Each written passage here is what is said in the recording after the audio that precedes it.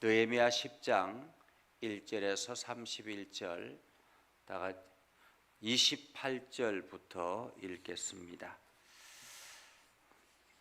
그 남은 백성과 제사장들과 레위 사람들과 문지기들과 노래하는 자들과 너디님 사람들과 및 이방 사람과 절교하고 하나님의 율법을 준행하는 모든 자와 그들의 아내와 그들의 자식들 곧 지식과 총명이 있는 자들은 다 그들의 형제 귀족들을 따라 저주로 맹세하기를 우리가 하나님의 종 모세를 통하여 주신 하나님의 율법을 따라 우리 주 여호와의 모든 계명과 규례와 율례를 지켜 행하여 우리의 딸들을 이 땅 백성에게 주지 아니하고 우리의 아들들을 위하여 그들의 딸들을 데려오지 아니하며 혹시 이 땅 백성이 안식일에 물품이나 온갖 곡물을 가져다가 팔려고 할지라도 우리가 안식일이나 성일에는 그들에게서 사지 않겠고 일곱째 해마다 땅을 쉬게 하고 모든 빚을 탕감하리라 하였고. 아멘. 오늘도 하나님의 은혜가 여러분의 삶에 가득하기를 바랍니다. 여러분을 통해서 하나님의 영광이 드러나기를 주님의 이름으로 축복합니다. 우리나라가 지금 독립을 해서 이렇게 경제적인 대국으로 성장하게 됐습니다. 그러나 과거 100여 년 전에는 이 나라는 일본의 지배 아래서 힘들고 어려운 고통의 시간을 보내고 있었죠. 이 힘들고 어려운 고통의 시간을 보내고 있는 그러한 와중에서 많은 사람들이 독립운동에 가담하고 심지어 죽음을 당하기도 하고 여러 가지 많은 고초를 겪었습니다. 우리나라에서 독립운동 중에서 가장 큰 것은 3.1 독립운동이라고 말할 수 있겠습니다. 1919년 33인의 독립선언서에 작성을 하고 거기에 그 자기의 도장을 찍고 그리고 대한독립 만세운동을 펼쳤던 1919년의 대한독립 만세운동은 전 세계적으로 이것이 대한민국을 세계에 알리는 기회가 됐다라고 말할 수 있습니다. 요즘 같은 인터넷이 발달된 시기라면 이것이 금방 확장되어질 전 세계적으로 퍼져나갈 수 있었겠지만 그때 당시에는 매체가 그렇게 활발하지 않은 때였습니다.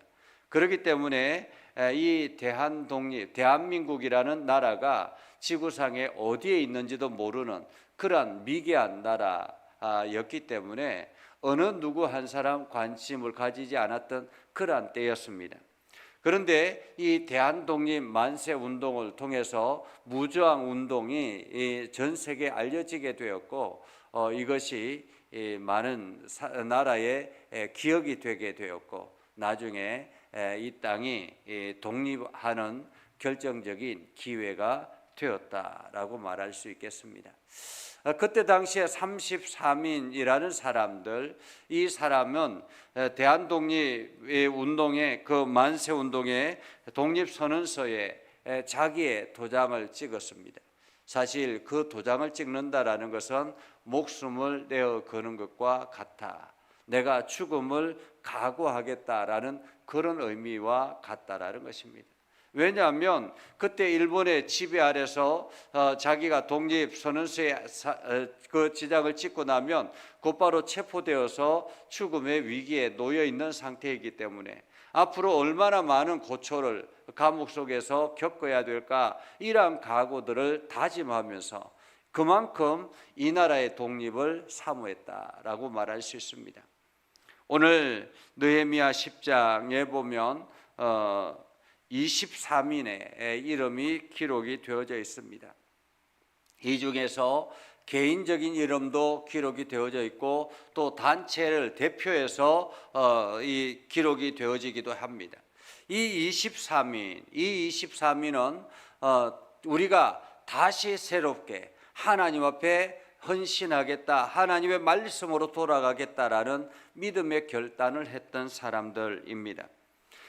그들은 이제 예루살렘으로 돌아와서 성전과 성벽을 재건하고, 그리고 에스라 제사장을 통해서 율법이 선포되어지고 그 말씀이 읽혀지고 난 다음에 그들의 마음에 감동이 일어나서 우리가 이렇게 살아서는 안 되는구나, 우리가 이렇게 그냥 살아서는 안 되겠는구나 라고 생각을 하고 믿음의 결단을 했던 사람들입니다.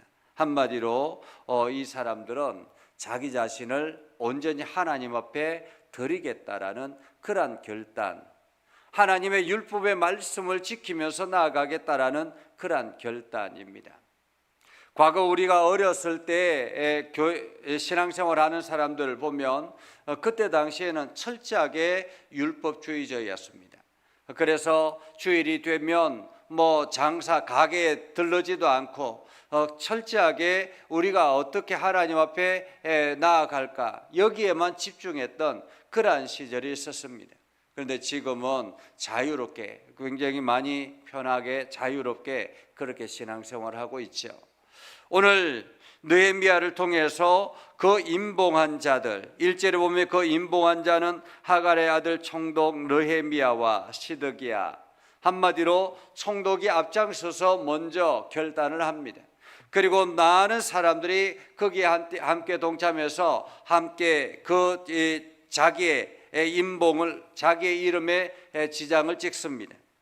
그러면서 그들은 이렇게 결단합니다. 28절에 보면 그 남은 백성과 제사장들과 레위 사람들과 문지기들과 노래하는 자들과 너디님 사람들과 및 이방 사람과 절교하고,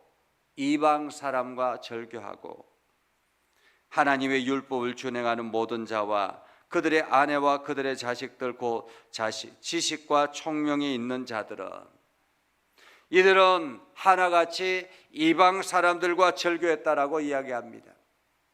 이때 당시에 이스라엘은 온통 이방 사람들이 가득 차 있는 그런 때였습니다. 왜냐하면 아수르의 지배받을 때 아수르로부터 그곳에 유입됐던 사람들, 그리고 바벨론의 지배 아래 있을 때는 바벨론으로부터 유입되었던 사람들, 이러한 사람들이 그곳에 자리 잡고 있다라는 것입니다.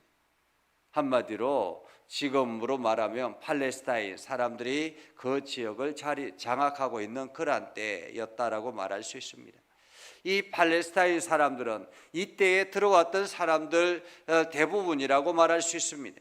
그들은 그때부터 시작되어서 바벨론의 그 지배 아래에 있을 때부터 그곳에 계속 정착해서 살아갔던 그러한 사람들이었습니다. 그들이 페르시아로 바뀌었을 때, 그리고 그리스 로마로 바뀌었을 때 계속 그 지역에 살고 있는 사람들이었죠. 그렇게 그 이방 사람들과 절교를 하고 믿음의 결단을 하는 사람들이라는 거죠. 29절에 보면 말합니다. 다 그들의 형제 귀족들을 따라 저주로 맹세하기를, 우리가 하나님의 종 모세를 통하여 주신 하나님의 율법을 따라 우리 주 여호와의 모든 계명과 규례와 율례를 지켜 행하여. 그 이전에는 이 율법의 말씀이 기록되어 듣지 못했기 때문에 그냥 오랜 조상들로부터 내려왔던 습관적인 신앙생활을 했던 사람들입니다. 습관적으로 늘 해왔던 사람들. 지금처럼 인쇄물이 활발하게 발달되어 있는 것이 아니었기 때문에 누구 한 사람 율법책을 가지고 있는 것이 아니잖아요. 그때 당시에는 제사장이 그 율법책을 들고 낭독하고 그것을 듣는 사람들이 우리가 이렇게 살아야 되는구나 라고 결단했는데, 아수르의 지배당하고 또 바벨론의 지배당하면서 그러한 제사장의 역할들이 사라져 버렸고, 그리고 오랜 남북으로 나누어져 있을 때도 제대로 신앙생활을 하지 않았기 때문에 율법의 말씀을 들을 기회가 없었던 거죠. 그러니까 그냥 습관적으로 그냥 그렇게 살았던, 하나님만 믿으면 되지라는 생각으로 살아갔던 그들이었습니다. 그런데 에스라로부터, 제사장 에스라로부터 하나님의 말씀이 선포되어지고 그 말씀을 선포하면서 그들의 가슴을 찢고 우리가 이렇게 신앙생활하는 것이 잘못되었구나, 우리가 너무 신앙생활을 엉망으로 하고 있었구나, 우리가 하나님을 제대로 믿지 않았구나라는 결단을 하게 됐던 것입니다. 통곡하고 회개하고 그리고 새롭게 결단을 한 것입니다. 그래서 그들의 결단은 이렇습니다.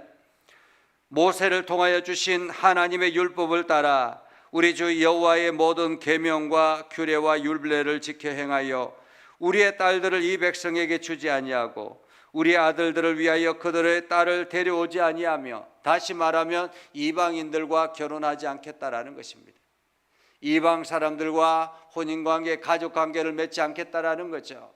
우리 아들들을 그들과 결혼시키지 아니하고 또한 그들의 아들들을 우리 딸들을 위해서 데려오지도 아니하고 이방 사람들과는 더 이상 우리가 혼인관계를 맺지 않겠다. 그리고 31절에 혹시 이 땅 백성들이 안식일에 물품이나 온갖 곡물을 가져다가 팔려고 할지라도 우리가 안식일이나 성일에는 그것들을 사지 않겠고, 한마디로 안식일에 장사를 하지 않겠다라는 말입니다. 안식일에 장사를 하지 않겠다, 돈을 벌지 않겠다라는 거죠. 어쩌면은 이 이방 사람들은 이 안식일이 되면 오히려 시간적인 여유가 있어서 오히려 그 물건을 더 사고 파는 그런 장이 더 활발하게 움직여지는데 우리가 크게 연연하지 않겠다. 다시 말하면 명예나 혹은 우리의 부나 혹은 우리의 여러 가지 권력이나 이런 것에 집착하지 않겠다라는 것입니다. 그리고 일곱째 해마다 땅을 쉬게 하고 모든 빚을 탕감하리라. 무슨 뜻이냐면 7년 안식년을 지키겠다라는 말입니다. 하나님께서 이스라엘 백성들에게 모세를 통해서 주신 말씀은 6년 동안 그들이 열심히 그 땅에서, 가나안 땅에서 기경하고 그곳에서 소득을 얻고 그리고 난 다음에 7년째가 되면 완전히 그 하루 한 해를 땅을 묵히라라는 거예요. 땅도 쉬게 해라라는 말입니다. 쉬게 하라. 그리고 7년이 되면 그동안에 사람들이 이렇게 빚을 지고 했던 그러한 것들도 다 탕감을 해주고, 그래서 새롭게 하나님 앞에 시작하도록 그렇게 한 것입니다. 그리고 안식년이 7회가 지나고 나면, 다시 말하면 49년이 지나고 나면 이제 희년이 되는데, 이 희년은 그동안에 노예로 살고 있던 사람들도 다 다시 본래 모습으로 돌아가서 처음 하나님께서 시작하게 하셨던 것처럼 처음으로 다 시작하게 하겠다라는 말이죠. 그 1차적으로는 안식년을 선포하겠다라는 것입니다. 안식년을 선포해서 그 땅에 있는 자기들이 그동안에 빚을 지고 했던 그 모든 것들을 다 탕감해주고 원래 자리로 돌이키겠다. 물질에 연연하지 않고 하나님의 말씀에 집중하겠다라는 말입니다. 믿음의 결단을 한 것이죠. 사실 쉬운 일은 아니잖아요. 그들이 넉넉해서 이렇게 결단한 것이 아닙니다. 그들이 바벨론에서 돌아와서 힘들게 새롭게 정착을 하고 살아가고 있는 과정에서 그들이 뭐가 여유가 있겠습니까? 그럼에도 불구하고 그들이 이렇게 결단한 것은, 이제 우리가 과거에 우리의 이익을 위해서, 우리의 욕심을 위해서 열심히 살았지만 결국에는 다 잃어버리고 노예 생활하게 되었고 이렇게 힘들게 살게 되었는데 우리가 다시 하나님의 말씀으로 돌아가야 되겠다라는 믿음의 결단을 한 것입니다. 사실 우리의 삶이 늘 그렇다고 이야기합니다. 열심히 아둥바둥하면서 살아간다 할지라도 나중에 보니까 결국 그 자리더라라는 이야기를 합니다. 그것처럼 오늘 우리의 삶도 마찬가지입니다. 우리가 우리의 욕심과 우리의 이기심과 우리의 여러 가지 일들을 위해서 악착같이 노력을 하지만은 결국에 한순간에 다 잃어버릴 수 있다라는 거예요. 그래서 우리는 하나님 앞에 엎드려 기도하고 하나님의 말씀으로 돌아가고 하나님의 말씀에 들려졌을 때 우리가 아멘하고 그 말씀을 지키려고 노력해야 하는 것입니다. 그래서 오늘 이스라엘 백성들이 믿음의 결단을 했던 것처럼 우리 자신도 매일같이 이러한 결단이 일어나야 되는 것입니다. 내가 하나님 앞에 바르게 서야 되겠다. 내가 하나님의 은혜로 살아가야 되겠다. 내가 오늘도 하나님의 말씀대로 살아가야 되겠다. 들려진 말씀에 내가 오늘도 느낀 것이 있다면 그 말씀을 실천하려고 노력해야 되겠다. 이러한 결단이 있어서 오늘도 여러분들이 하나님의 거룩한 백성으로 온전하게 살아갈 수 있기를 주님의 이름으로 축복합니다. 기도하겠습니다. 거룩하신 아버지 하나님, 오늘도 우리 가운데 함께 하시고 하나님의 은혜를 부어주셔서 믿음의 결단하며 하나님의 영광을 드러내게 해주심을 감사합니다. 아버지 하나님, 이스라엘 백성들이 그 안에서 이제 새롭게 믿음의 마음을 다짐하고 믿음의 결단을 합니다. 저들이 이방인들과의 관계를 끊고 온전히 하나님의 말씀 앞에 순종하고자 결단합니다. 아버지, 우리들도 매일같이 이러한 결단을 하여서 우리의 연약함과 우리의 부족함에 의지하지 않게 하시고 하나님의 말씀을 의지하고 하나님의 뜻에 순종하며 하나님 나라를 향해서 달려가는 거룩한 백성들이 되게 하여 주옵소서. 오늘도 믿음의 성도들이 하는 모든 일들마다 하나님의 은혜로 풍성케 하여 주옵소서. 예수님의 이름으로 기도드리옵나이다. 아멘.